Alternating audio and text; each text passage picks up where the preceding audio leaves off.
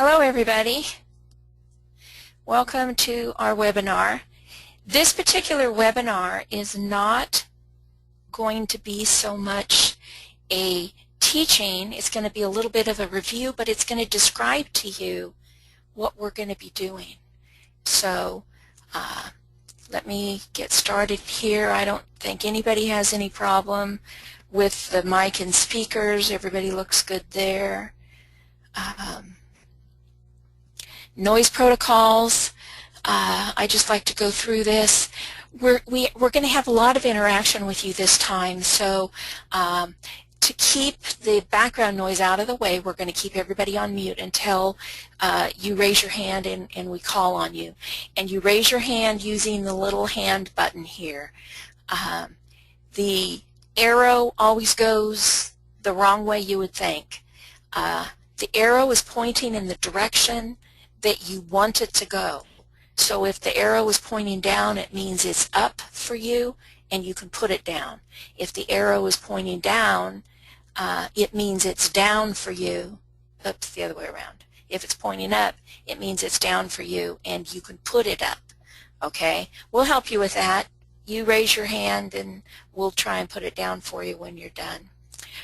If you're having problems with the hand, or if we don't see your hand for what you consider to be too overly long, you can always type us a little message here in the chat box and hopefully we'll see that. Okay? So let's see what we've got here. We went through a variety of sources that most of you should be familiar with. We went through the astrology study guides that you've been given in both Great Quest and Quest Universal courses, supplemented by a couple of other sources that we have, but that are consistent with DK's teachings. We want, please, desperately, audience participation. So please ask questions or add comments as we go along with this series of webinars. What we plan on doing is delineating 3 charts each webinar. So we're going to spend about 20 minutes on each chart. One of us 3 presenters, me, Eva, and Risa, we're going to be the 3 presenters. One of us will take about 10 minutes talking about the first chart, going over the moon, the sun, and the ascendant, and relationships that they have. Then the other 2 presenters will add their thoughts, and then we'll open up to audience participation. So overall it's going to end up being about 20 minutes per person. And whose charts are we going to be doing? Your charts. We would like to delineate your charts. If you would like to volunteer to participate, just go ahead and email me this information beforehand so I can go ahead and get the charts ready, send them out to the other team members, and then, like I said, we plan on going through and working with the audience on the charts. We do plan on starting first with our own. Hold on a second, we've got a question here. Yvonne, I volunteer to have my chart done. Great. Okay. How do you know the ascendant if all you have is the day but not the time of birth? Okay. For both of you, Victor and Yvonne, both of you have actually given me your charts. I do have those. Louise, I need the time, okay? Are you telling me, Victor, I'm going to unmute you here. Victor, are you telling me that the time was unknown and the time that you gave me wasn't necessarily accurate? No, go ahead, Victor. My birth time is okay. I'm thinking ahead about doing my dark half of the year report paper, and I picked a person, but I don't know their time of birth, and I just wondered how do you come up with the ascendant in that case? Okay, you can go to your mentor and ask them if they can look it up for you somehow. If not, I've got a good website, and what I'll do is I'll put it in to the student campus so that you guys can see the website. You know, a lot of celebrities and stuff will be there. Anybody who has solar fire, there's a lot of celebrity you know, politicians and stuff like that. So we can help you out with that, but we'll address it a little bit later, because the Ascendant, the time is crucial for the Ascendant. Okay? Now, Louise, I see your 2 comments here, but what I want to do is I want to show you something, okay? We need the date, time, we need the place of birth, but then we also want to know a little something about yourself. And I believe all of you have done, as part of your homework, a little, you know, you had to go through your moon, your ascendant, and your sun. If you have that workup, we'd like it. We'd also like to know a little bit more about yourself, your occupation, and whatnot. So those are the things that I would like you to actually email to me. You got my email down here, and I'm going to give you a copy of these slides. Brett will post them with the recording. Okay? So we'll have all of that available to you.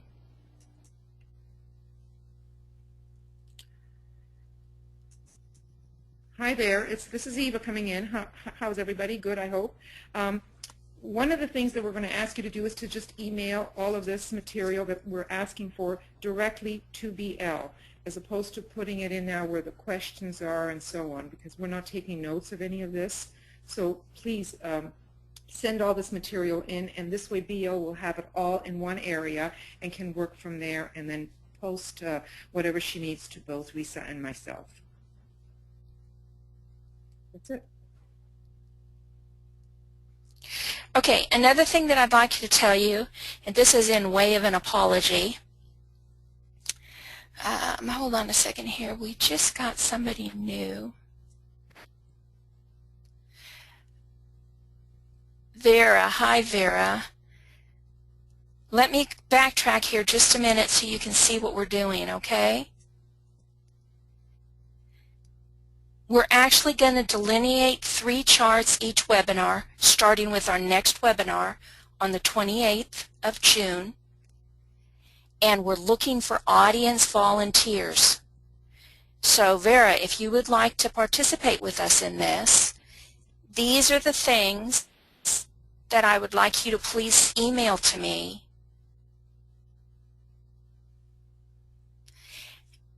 And I will, in fact, attach these slides. Brett will post it to Makara when he posts the recording, so you'll be able to have that.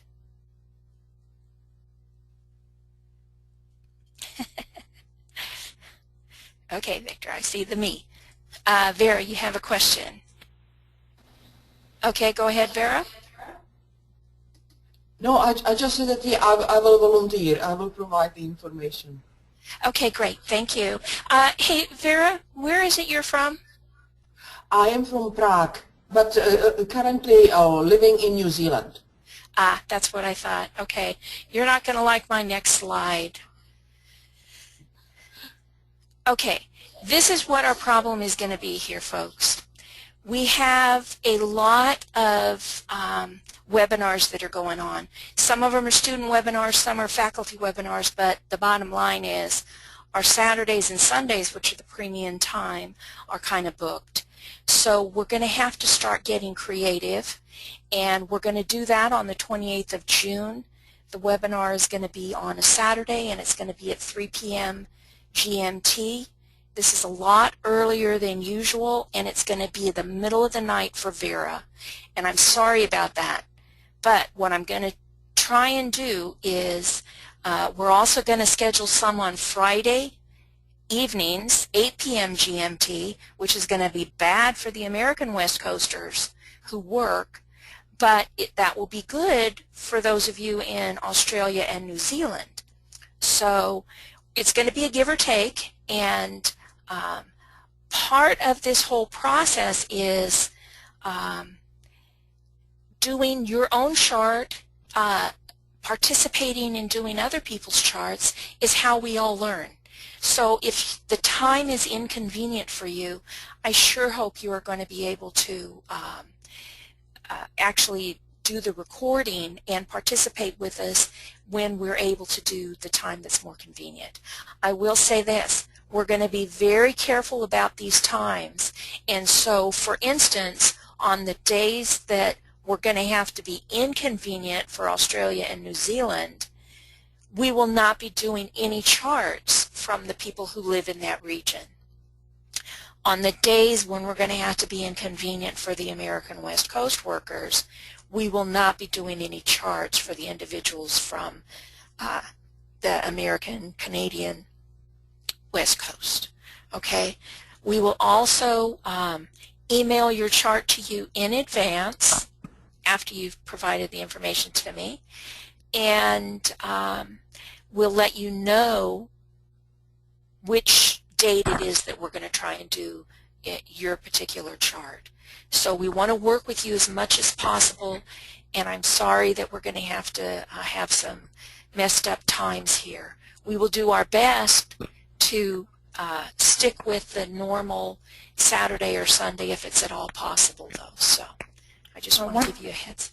One more thing here, and that is, do let us know where you are living at this point. For example, we see birth places, but that's in no way an indication where you live at this point. So, for example, Vera, having said that she lives in Australia right now, gives us that information we would not have known otherwise. Right. Thank you. That's a good point. Okay, so basically these webinars are for you, and we want your audience participation, not just giving us your birth information and a little bit about yourself, like I said, this information, but we want your comments when we delineate a chart. There may be something that you see or that you wonder about. There may be something similar in your chart to what someone else has or what we have.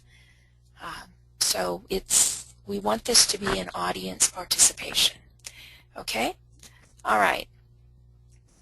So what are we going to be covering? We're going to start out simple at first. Okay? We're going to review the signs and the ruling planets, concentrating primarily on the ascendant, the sun, and the moon. We all say that, but as we were talking right before the webinar started, you know, you can't really, they're not in isolation in your chart, and when you start looking at the rulers, you're bringing in other things, and you end up looking at pretty much the whole chart, just looking at the ascendant, sun, and moon. But those are the things that we're actually going to be focusing on, the human behavior and learning from others.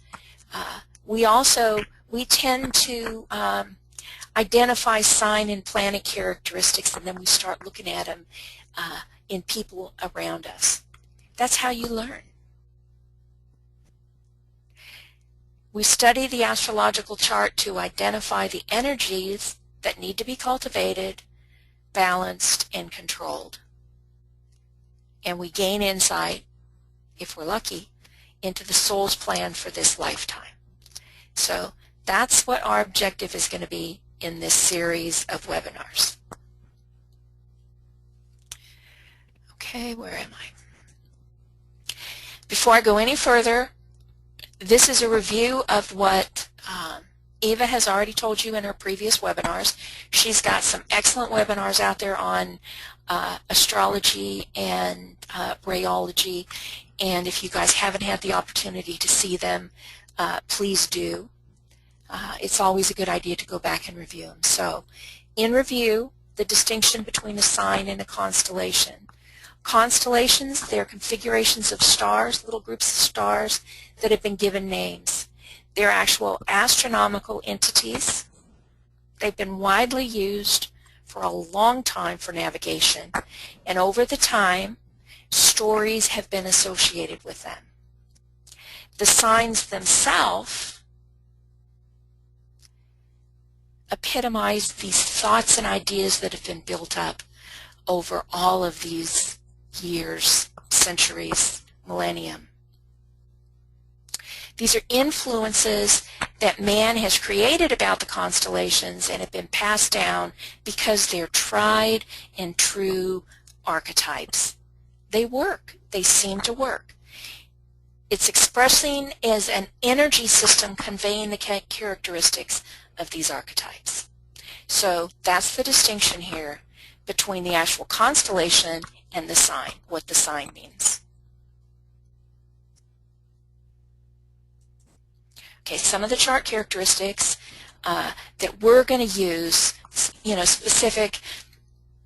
Astrologers have all these little boxes that they have to check before they draw up a chart, okay? And I want to tell you a little bit about the boxes that we're going to check when we do your charts. We're going to be using geocentric orientation. Geo means Earth. It basically means the Earth is at the center, and the Sun passes through the zodiac each month. The Sun is the one that's moving around us in the zodiac. In reality, we know that's not the truth, that it's actually the opposite. And so what do? We look at the Sun-Earth axis in the chart because the Earth is always opposite the Sun. It looks to us like the Sun is moving, but it's really the Earth moving through the opposite sign in tandem. Okay? We're going to look at the tropical zodiac. What that means is that 0 degrees Aries every single year is going to be the spring equinox for the Northern Hemisphere. It's the archetype that's been built up about Aries over thousands of years. It's similar to the distinction between the signs and the constellation. Okay? The equinoxes actually go back a little bit each year, and that's what creates the age of Aquarius, the age of Pisces, etc., is the difference, where the Sun really is, where it appears to be in relation to the spring equinox. But for us, we're using the tropical zodiac, and there's precedence for that. DK does talk about that a little bit. It's just one of those thought forms, one of those archetypes that has proven itself to be tried and true. We're going to be using the Regiomontanus house system. Now this is totally arbitrary, okay? House systems vary, but the angle is always going to remain the same, all right? What it's going to do, those are the 4 angles, so that'll be the ascendant, the IC, the descendant, and the MC. The 1st house cusp, the 4th house cusp, the 7th house cusp, and the 10th house cusp. Those will always remain the same. It's the inner houses that the house system is going to change just a tad. And it depends on your preference. It usually depends on what you've been used to. There's a variety of ways of doing it, and I've got a couple of them to show you here. This is an equal house system right here. They took the ascendant, 27 Libra, and then every house has that same degree on the cusp. Okay? The midheaven, the MC, is right here, so it's identified. It's not the 10th house cusp in this system. The IC would be opposite it down here at 6 Aquarius. I don't have it identified in the chart, but that's where it would be. This is a Placidus system. And the Placidus system is very widely used. It's been around for a real long time. But see what's happened here with the Placidus system?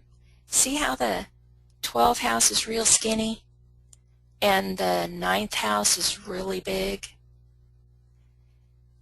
That happens, and the further north you go, the more the distortion happens there.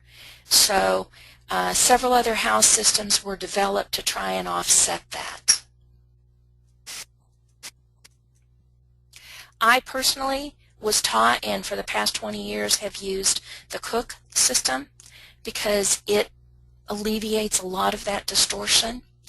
But those of you who have attended any of the conferences, you know that Michael uses the Regiomontanus system, and so if you were actually given a chart, chances are it's going to be a Regiomontanus chart.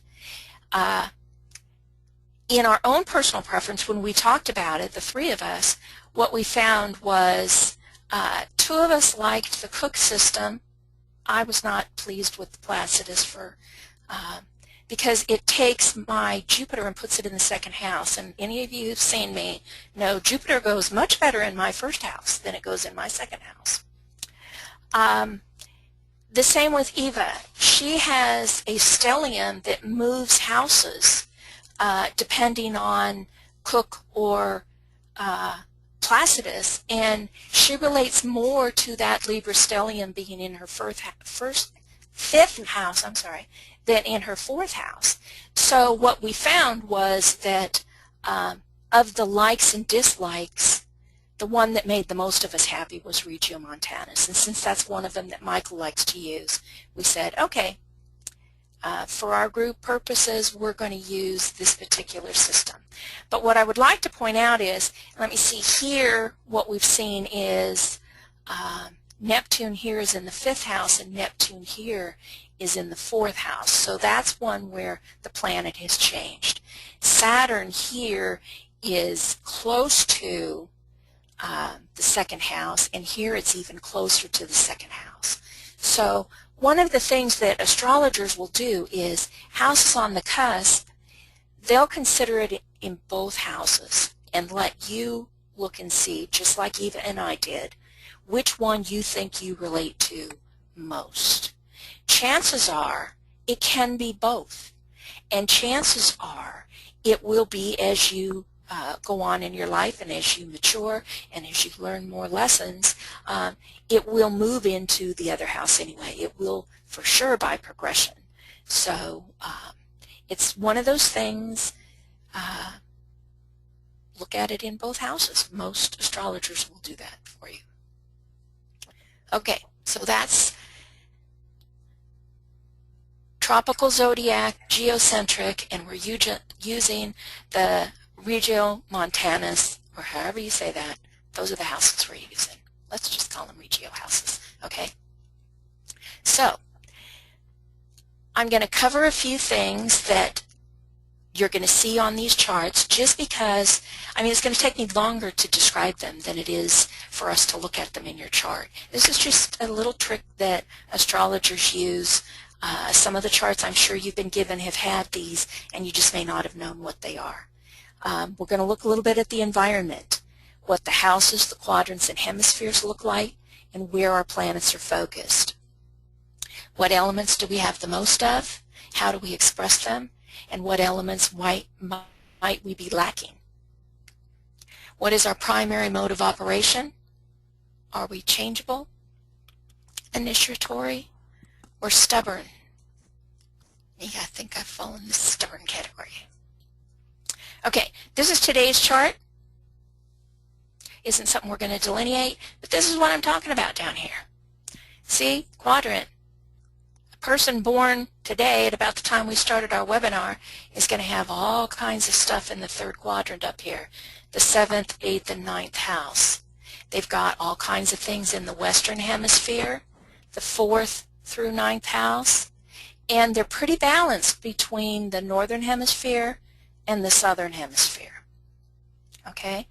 They're real big on air and water, not so much earth. And look at that cardinal, it's way out there. So that's kind of stuff that just in a quick glance we can say, oh, okay. Water, cardinal, Cancer, stellium up here. That explains that. So, no matter what level we're at, we're going to feel the lower levels. We're going to feel them both, okay? Some of us are working primarily at the higher levels, but that doesn't mean we don't have stressful times when we go to the lower levels. Some of us might be working primarily with the personality levels, and we might have occasional bouts of the higher purposes too. Both of them will be there, And even if we are working primarily with the soul, we still have to manifest that work in that outer world. Planets in the different hemispheres show our tendencies. So what did we see with that chart that we just looked at? They were even on the northern and southern hemispheres, so there's no predominance really one way or the other on introvert or extrovert, and they were primarily Western, so they had a lot of group affiliation following group initiated activities.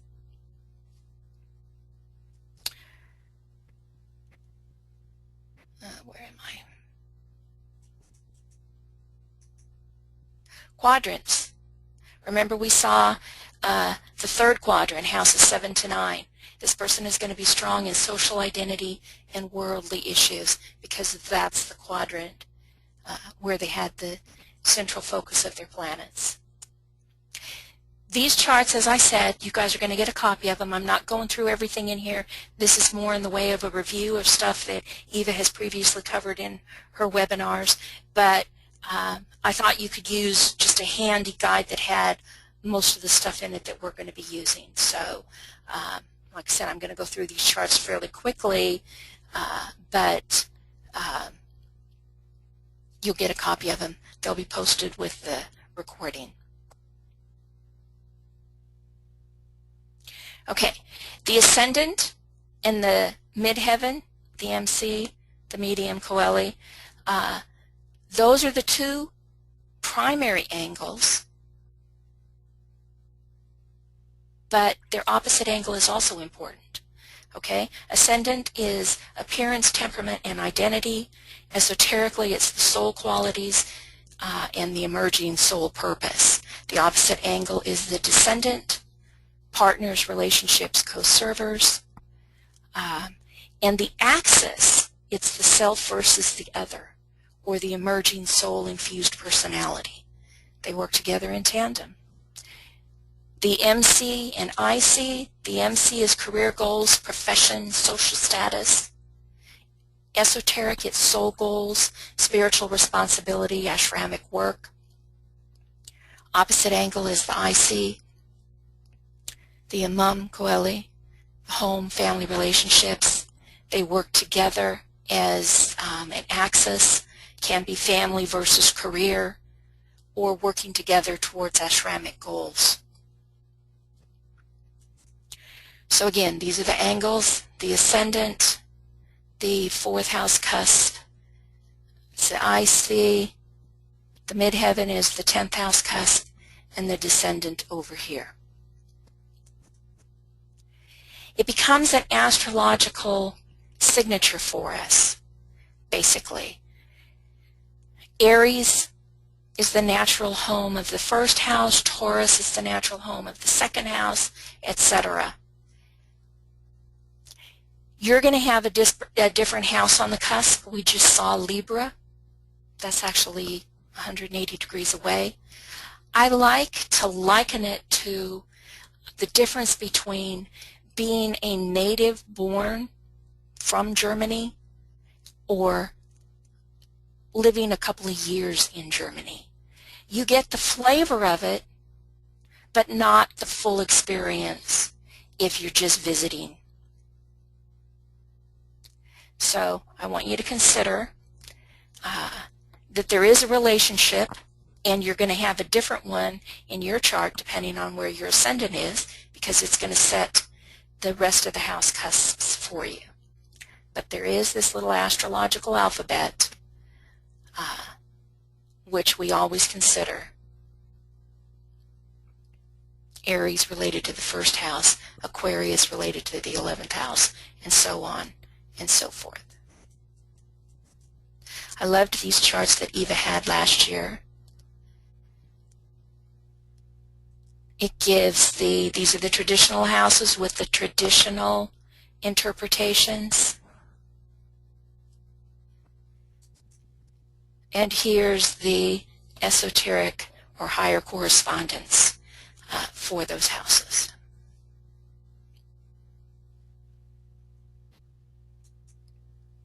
Okay, I'm going to turn it over to Risa now for a few minutes. She's going to talk about a little practical application we've got for you.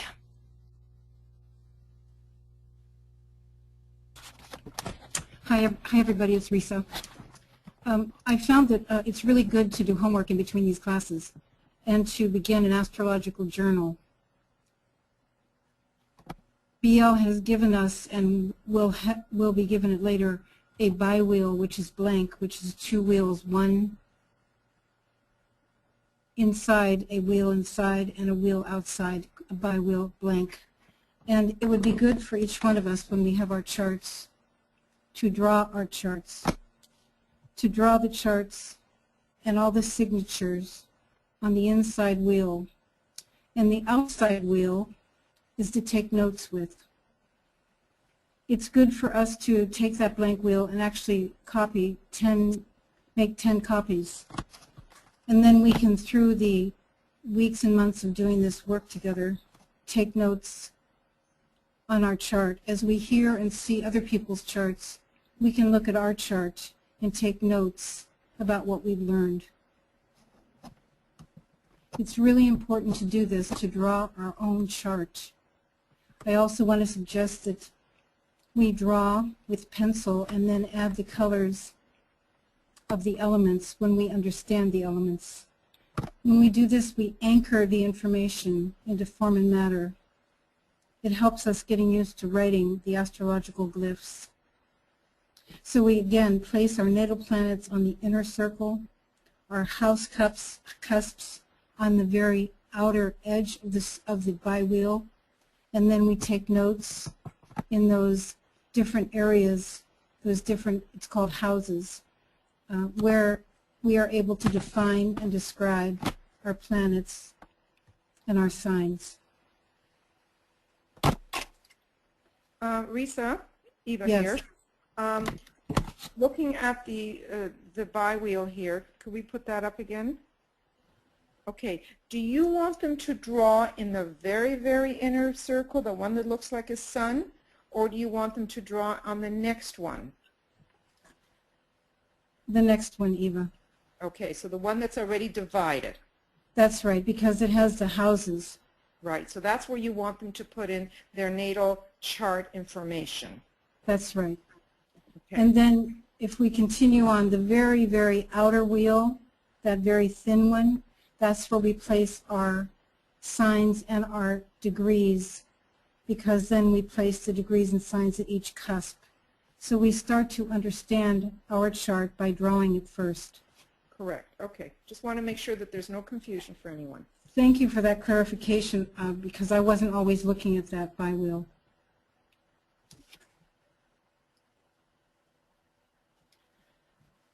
That's all I have to say right now, BL.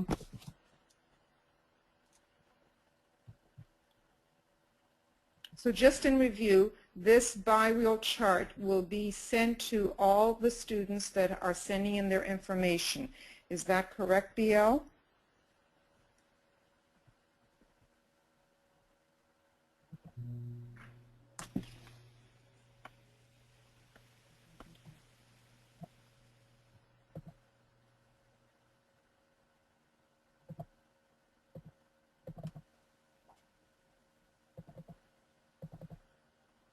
Are we still on? Oops, I'm sorry. Could you not hear me? No. No. I'm sorry.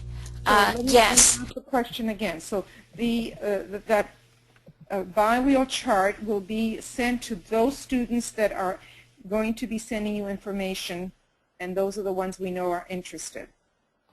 Yes, that's true. And it's also going to be available to, because they'll get a copy of these slides with the webinar. But yes, for those of you who joined us after we talked about this particular slide, this is going to be an audience participation series of webinars where we're going to delineate 3 charts per webinar, and that means we're going to delineate you guys' charts.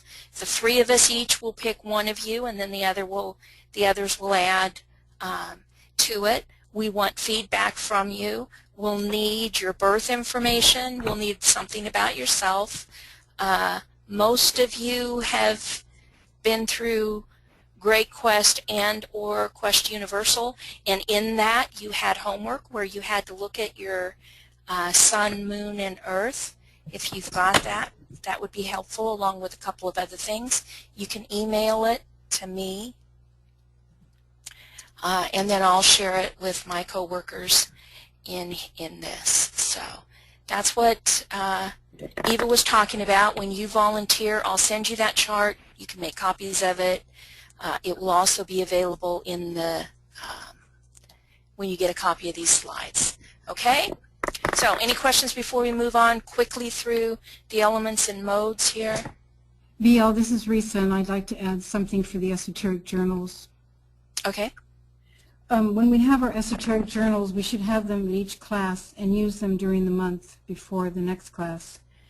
And here are some of the questions that are good for us to review in the esoteric journals. What did I hear and learn today? What was important to me in terms of me and my chart? What questions do I have, and what concerns? And what would I like to study further in terms of this astrology in my chart? These are important questions for us to ask, and they focus us on going into a deeper level of our chart and being able to write down information in our esoteric journal, which we then answer for ourselves. And if we'd like to share with others, that would be helpful. Okay, can you look at my screen here? What did I miss? I was trying to write your questions down. What did I hear and learn today? What was important to me? What questions do I have? And what do I want to study further in terms of my chart? Another question would be what is of concern to me?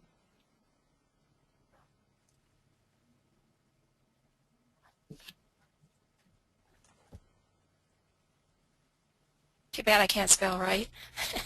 Okay, we've got a question here. Yvonne, go ahead.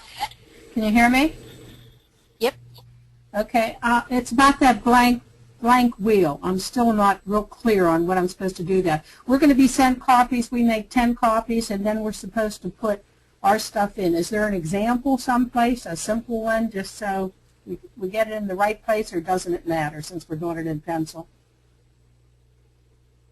Well, first off, I'll be sending you a copy of your chart, so you'll have it already done, but then you want to transfer it on here because, as Risa said, the process of, putting it in your brain and actually writing it out makes it sink in a lot more.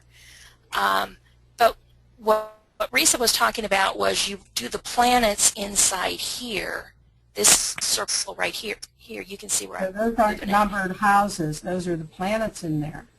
You put the planets in the houses. You put your cusps here on the outer wheel, like the first house cusp here, what the degree is, what the sign is, the second house cusp here, the third house cusp here. Then you put the planets that you have in your natal chart in the first house, the second house, the third house. You write the little glyphs, and then this wheel here, Risa was telling you, would be for the notes. That's for notes. Okay. So our chart information from our basic birth chart is on that inner wheel. Right. Okay. Thank you. One of the very first things to do when you get that blank wheel is to number the houses from 1 to 12. Then add your planets and add your cusps and signs on the outside. Thank you.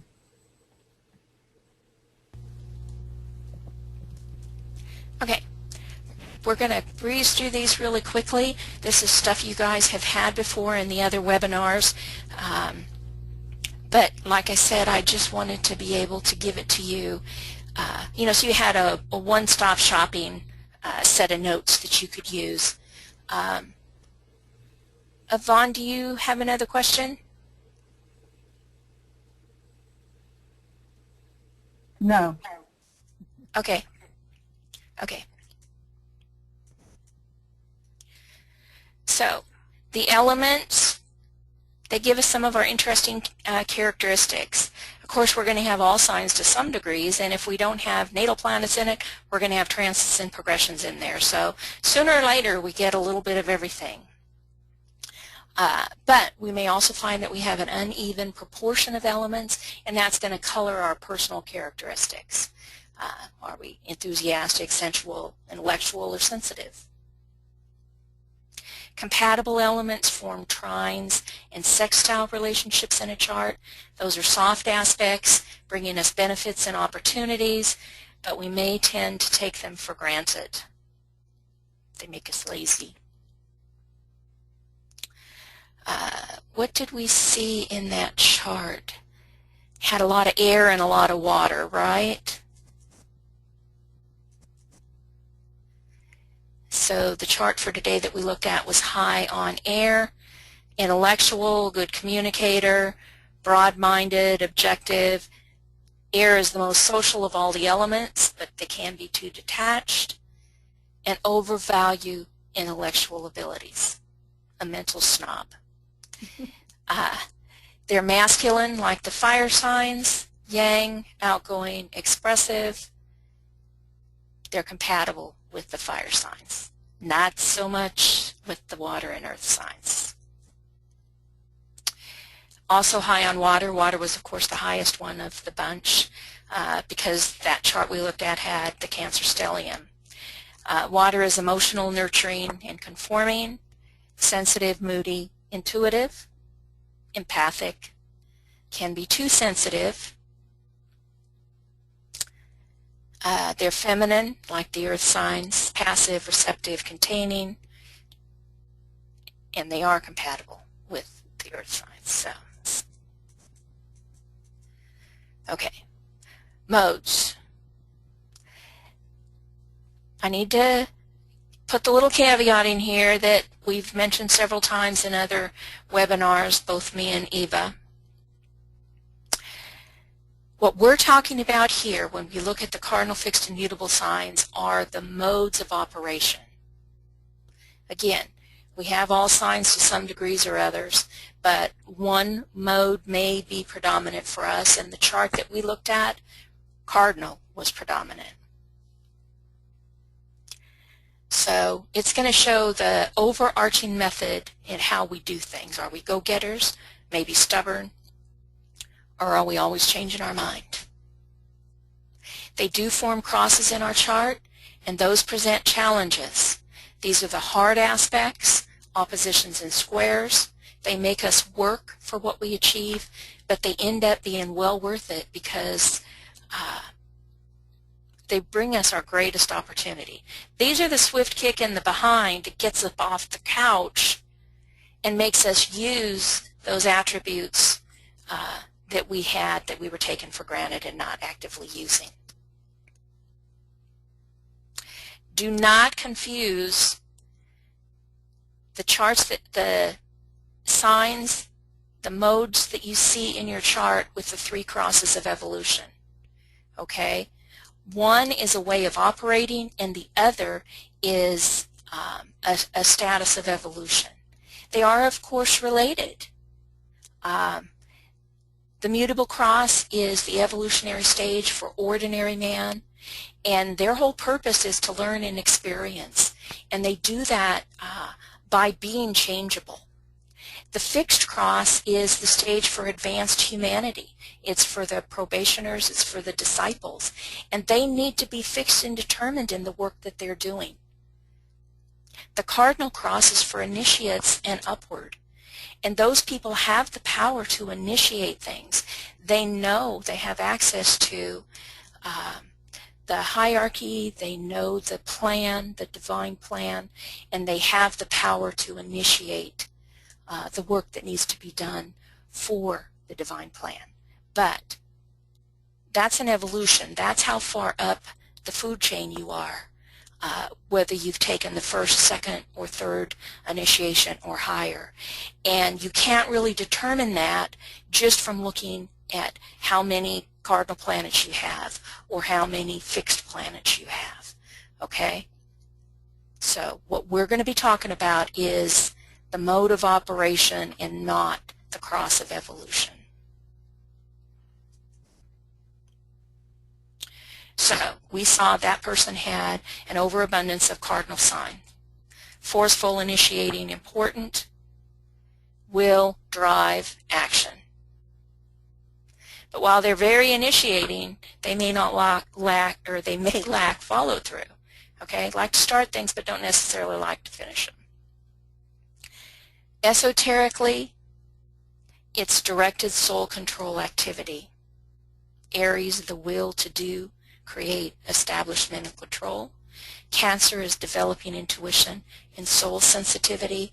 Libra, developing balance through mental control. And Capricorn, developing spiritual awareness, leading to initiation. What did we see in that chart? Had a stellium in Cancer, had the Ascendant in Libra, right? Okay, I'm not going to go through the rest of these. They are here in your slides for your notes, but you get the idea. You have studied them all before.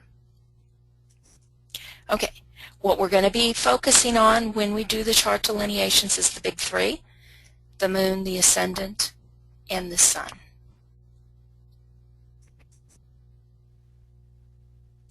We're going to be looking in most cases at both the exoteric keynote and the esoteric keynote for those three signs. You've seen these before, but we've got them here for you, and we will be talking about them. So these are things we need to consider. We're going to look at both levels, the personality level for the planets. The focus is on material gain and developing that personality force.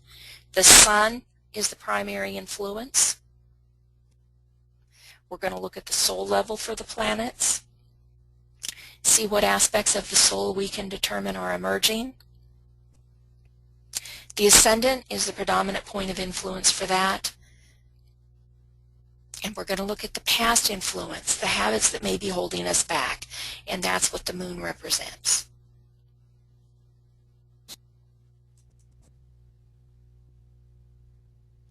The path of least resistance. All the previous experiences that we've brought with us, the consciousness level where we left off last time, our old habits, both good and bad. This is what we mean by the path of least resistance. Gives us our natural talents and abilities, or actually creates the prison of our soul until we repattern those negative habits that are no longer useful to us.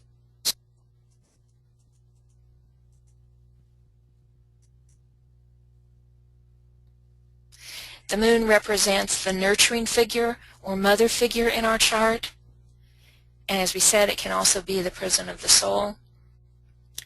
We need to specifically look at what we want to repattern. What are the negatives of the Moon sign? What are the negatives of the house placement? Are we still experiencing the personality keynote? What areas can we strengthen to bring us closer to the Moon's soul keynote? You guys have seen this stuff before. This was in your workbooks, your astrology workbooks in Great Quest. It was also in your astrology workbooks in Quest Universal. It was in the homework that you had to do on yourself, that you also had to do on at least one other person, right? Personality. It's a synthesis of the lower vehicles. All of them working together. Coordinates them into a viable, powerful person. When the personality emerges, that's actually a sign of evolution. May not be a good person, but they've coordinated the lower vehicles and they're working in this entity known as a personality. Can be selfish and self-seeking at first until the soul begins to filter in. Eventually it integrates with the soul and expresses the higher calling of the world of form. Personality dynamics. self-reliant, distinct from the masses, establishing the primary vocation for the person. Negative dynamics, standing in the way of the soul, evading or failing to respond to the voice of the soul. Limiting expansion and refusing to grow. Selfishness, separativeness, self-centering, self-referencing.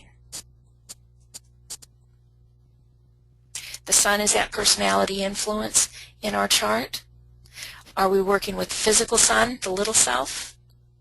Or the heart of the sun, is that beginning to emerge, the higher self? Do we relate to the sun sign personality keynote? Have we started cultivating the soul's keynote? Do we see the emerging influence of that sun-earth axis? The lower and higher expression of both the signs and the houses.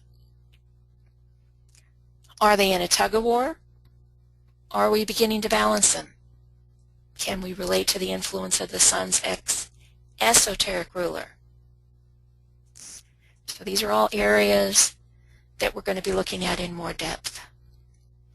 The soul, consciousness. Awareness asks for more awareness. It brings wisdom. It's the source of our true vocation. Selflessness, altruism, the sense of the sacred. And the Ascendant is the one that helps us understand our soul purpose. How are we cultivating that soul keynote? How are we expressing the rulers of the Ascendant, exoteric and esoteric? Their influence by house and sign, and what aspects, if any, they make to the Ascendant. Okay, any questions before we move to a couple of other little topics? We're about ready to wrap it up here. I don't see any hands go up, so Eva, Risa, you have anything before I move on? It's just that if it hasn't been emphasized yet, and I think it has several times both by you and me in the past, it's important for everyone to do a little homework, to become familiar with all these things that are being reviewed yet again, because if you have the foundation, what we are going to be doing will really, really make sense. If you don't have the foundation and you don't recognize the glyphs, for example, or you don't recognize the modes, it's very hard to calculate relationships and aspects. It's very hard to make sense of what we're going to be talking about. So I really encourage you guys. I know you've got the dark half of the year coming up, and there's so much work that you need to do. But really, if you can spend a little time reviewing, it'll save you so much heartache. That's it. Practice makes perfect. You know, the more you use this, the more it begins to sink in. Okay, I want to bring up a subject that you guys may have heard of, but you may not have really paid much attention to. Retrogrades, we find them all of the time. It's where a planet appears to move backwards. This is just a natural part of the planetary motion. Actually, it has more to do with the apparent planetary motion. It looks like that to us because Earth moves at a different rate of speed than everybody else does. We experience a difference with retrogrades. Something may not work the way that it normally does. If the planet is in direct motion, it means we need to review or revisit the action for some reason, or we might be internalizing it for some reason. These are all keywords that are associated with retrogrades. We can be born with retrogrades in our natal chart, in which case we actually learn to use this different mode of operation on a regular basis. It's how we would normally express the planet because for us it is retrograde. Or we can experience transiting retrogrades in little fits and starts, fleeting periods of the planetary movements, transits and whatnot. Why do we care? We care because we're getting ready to start a Mercury retrograde cycle. Okay? All the cycles are, of course, different. Has to do with a specific planet and the nature of that planet. And we're not going to spend a lot of time on them here. But I want to show you what happens with the cycle. Okay? Here's Mercury, 18 Aquarius. This was a previous period, not the one we're going through right now. Tripping along, happy as a clammy, or moving, and then whoomp. Hits the wall, turn retrograde at 3 degrees Pisces, and goes all the way back to 18 again. Then stations direct, moves forward, and goes back to 3 Pisces. So this entire window here is covered by the retrograde as Mercury hits these degrees 3 times. So Mercury is fixing to go retrograde on 7 June at 3 degrees Cancer, which means we're already in the cycle right now. He's already past the point where he's going to eventually make it back to. So we're in the middle of one of these little passes. We're almost to the part where he turns and goes retrograde. And during this time period when we're asking you to study, and during the time period when we do the first 3 charts, which will be the 3 charts for ourselves, it will be during the actual retrograde period. And then when we're asking you to apply that is still part of this retrograde cycle. So I wanted you to be aware of that. Mercury goes retrograde 3 times a year, and we've all heard, oh, communications are going to go haywire. Sure they do. But it's also a time to listen to your inner voice, what needs to be reviewed, slowed down, and reflected on. So, because it's going to be retrograde most of June, think about that, what needs to be reviewed, slowed down, and reflected on. And use this retrograde period constructively. He goes retrograde 3 times a year. So there's 3 opportunities a year to use Mercury retrograde constructively. All right. I mentioned this before. I don't think we had anybody from Meditation Quest, and that's good because they didn't really get into any astrology. Great Quest students, you got a main astrology booklet that you used for both years. Quest Universal students, 150, one of your resources was the astrology guide notes. Those are the sources for most of this presentation. You should have those available in your arsenal.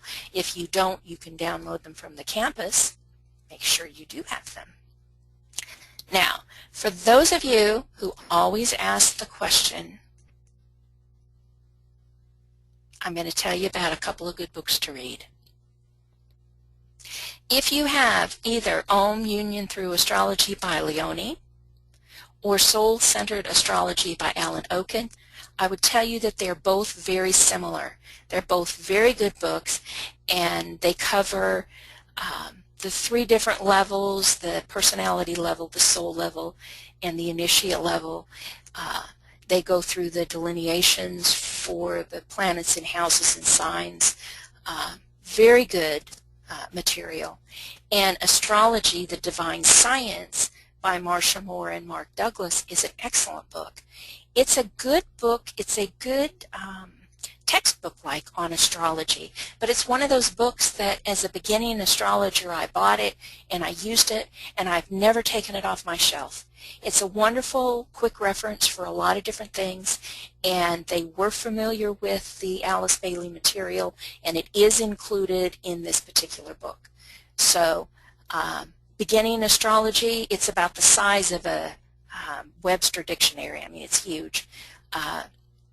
But it's a very good book, and either one of these I would think would be excellent. Leone, of course, is the director of the Meditation Quest and the Great Quest. This is a really good book. Soul-Centered Astrology is also a good book. And then, of course, I would be remiss if I didn't tell you to go to the source. The source for what's in all of our guides, what these books were made from, is basically a treatise on the 7 rays, volumes 1 to 5, with a smattering of some of the other books. But it's not just in esoteric astrology. You got to go look at esoteric healing, esoteric psychology 1 and 2, and the rays and initiation, because all of them talk about the different correlations. So I've got just a couple of more things here, but let me ask if there's any questions or comments from anybody or my co-presenters.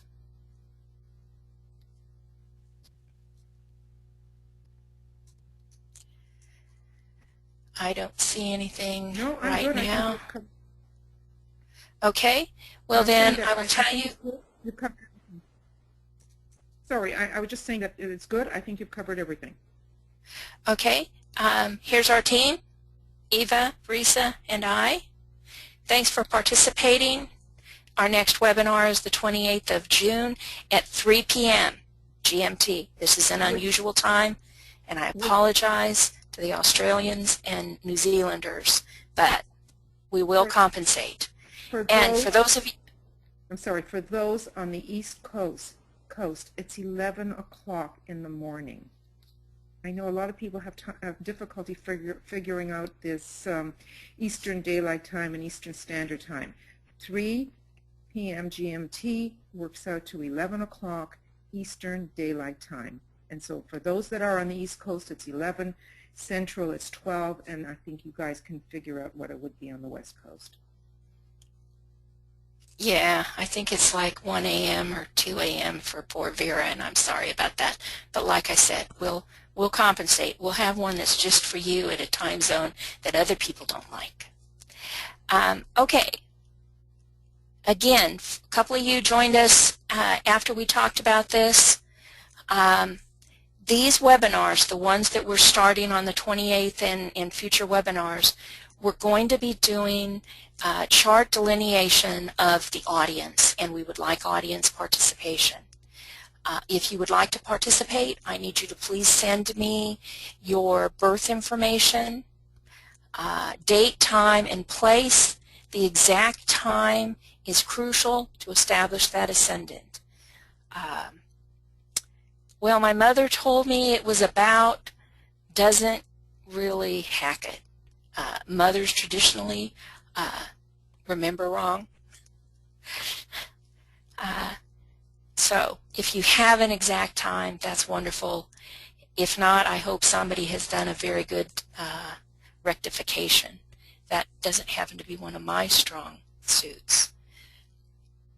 We also want to know a little bit about yourself, and everybody here, with the exception of probably Alex, has already had to do some kind of astrological self-profile. Great Quest and Quest Universal have you do the Sun, Ascendant, and Moon. So you've all probably had to do that. If you have done that for one of your courses, we would like you to please send that to us. If you haven't, let us know. We can work with that. Expect to start working on it, though.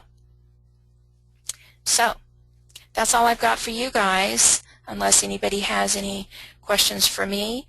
The next webinar will be on the 28th of June, and 3 charts will be delineated. Each of the 3 of us will delineate our own charts.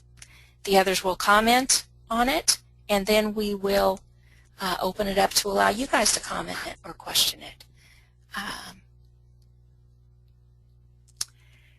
Okay. Any other questions? Or I think we're going to try to do at least 1 webinar a month. yes, That's the plan? that's the plan. Yeah, so we're going to try. So this will be progressing into fall and into winter. Hopefully, it all depends on how many people really want to be involved. Right, and I expect some people have missed this particular webinar but will want to get involved. So, okay, Alec, you had a question? Yes, hi, can you hear me? Yes. Yeah. Hi. I'm sorry I came in late. I had the wrong time. I don't believe it. But I've been. So is this appropriate for me? Yes, it is appropriate for you. You haven't actually studied astrology yet, so you're not going to have the background that the other students have, but you're going to get into astrology next year, and that's just right around the corner for you. So certainly you can participate with us, and we welcome that. We do this month. This month we're doing astrology. We're doing an introduction to astrology, and I've also been listening to Eva's delineation. That's a good introduction, isn't it? It is. She's got those webinars out there. She's got astrology webinars. She's got the Ray webinars. Those are all available on Makara, and this will be available. The notes for this will be available. So you have the resources that I think it will work well with you. I personally want you to concentrate on your meditation. That's the purpose of Meditation Quest. But I'm not in Meditation Quest. I'm in Great Quest. I'm Great Quest. I'm Great. Yeah. Are you in Great Quest? I thought you were in Meditation. I am. No. Oh, good. No. Good, I'm in Great Quest. Yeah, good. and we have just done this month an introduction to astrology. Ah, good. Then, but I'm still a beginner. Should I ask the rest of the audience how many of them think they're beginners too? Go ahead and well, you can't see if they raise their hand. I think a lot of them will agree with you. Yvonne just raised her hand, so yeah, you'll fit in very well, Alex. Okay. Okay. One of the things I do want to add here is that if you know that it's going to be your chart that is going to be read, please do not attend only on those days. Try to attend as many of these webinars as you can. It's only by following the way in which these charts are being delineated that you learn how to do it. To just I understand. Just to pay attention on your own chart, and I'm not specifically addressing any one person here. This is to the whole group here. To attend only the one chart that is your own chart is very limiting, and we really don't learn from that. At least we don't learn enough. No, I agree wholeheartedly. We have to learn how to observe the behaviors in the people around us, and we do that best by paying attention to what's going on with our group here, by attending all the webinars, and the ones that you can't, because we might do them at an inconvenient time for you, to please follow up with the recordings. Okay, something about yourself is a question that I've got. Just information and what we know astrology-wise, or something more like Ray problems and issues. Something about yourself as far as the astrology that you know. If you have a hypothesis on your rays, you can throw that in, although we're not going to really get to rays for several months. And also something about your day job, all right? It tells us a lot about who you are, what you do in the mundane world. Sometimes that works well to give you the skills that you need or the time that you need to do your esoteric work, and sometimes it doesn't. Sometimes it's competing. So that's the kind of stuff, just a little personal information. Okay? Any other questions? And again, for those of you who volunteer, please email me these things. As soon as Brett posts this recording to the webinar, it will have these slides with it. So that'll give you the information that you need to. Okay, well, then I think we're done. Thank you all very much for attending, and especially thank you, my partners in crime, Eva and Risa. Bye, everybody. Bye, everybody. Good job, Lou. Thank you. Yeah, let's unmute everybody. Thank you, everyone. Everybody can say goodbye. Okay, let me unmute everybody, and you can say goodbye. Yeah. There we go. Yes, goodbye. Thank you very much. Goodbye. Bye, and see you all at our future webinars. Thank you. Thank you. Thank you. All righty.